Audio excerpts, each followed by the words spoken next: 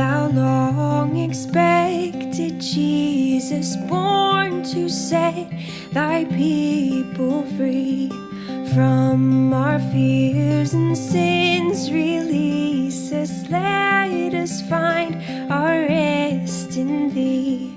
Israel's strength and consolation, hope of all the earth, thou art dear desire of every nation, joy of every longing heart.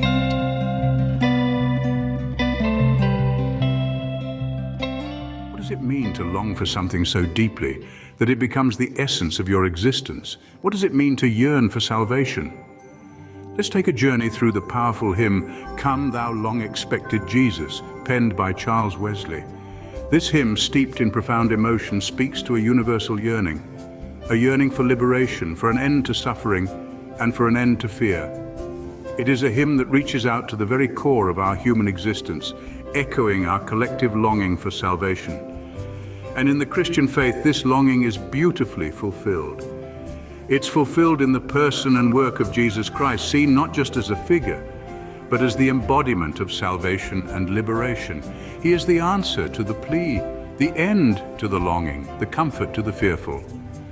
This hymn, therefore, is not just a song, but a prayer, a plea for liberation, a testament to a deep-seated longing for salvation. But how do these centuries-old words resonate in our contemporary world? How does this longing for liberation manifest today? The answer lies in the universality of the human experience. The themes of Charles Wesley's hymn, Come Thou Long Expected Jesus, still echo in our lives today. The yearning for freedom from fear, from sin, from suffering. These are not sentiments confined to the past. In a world riddled with myriad forms of injustice, the hymn's call for a just and righteous kingdom has become a resonating plea for social justice and equality.